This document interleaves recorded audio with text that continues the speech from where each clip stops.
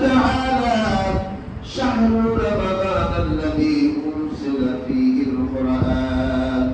هدى للناس وبينات من الهدى والفرقان وقال رسول الله صلى الله عليه وسلم ادخلي وادخلي جنتي بارك الله لنا ولكم في القرآن العظيم أعلموا تسليما اللهم صل على محمد عبدك ورسولك وصل على المؤمنين والمؤمنات والمسلمين والمسلمات وبارك على محمد وأزواجه وذريته قال النبي صلى الله عليه وسلم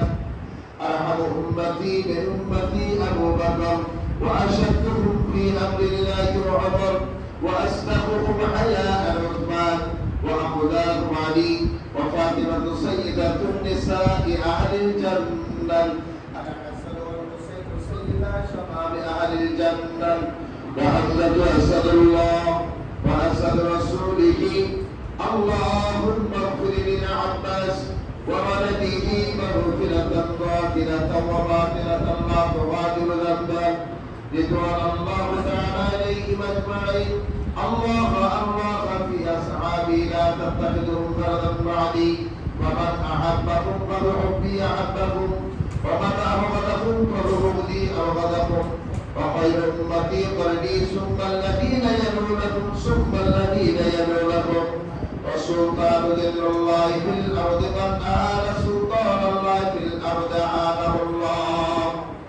إن الله يأمر بالعدل والإحسان وإيتاء ذي القربى وينهى عن الفحشاء والمنكر والبغي يعظكم لعلكم تذكرون وقال تعالى واذكروني أذكركم واشكروا لي ولا تكفرون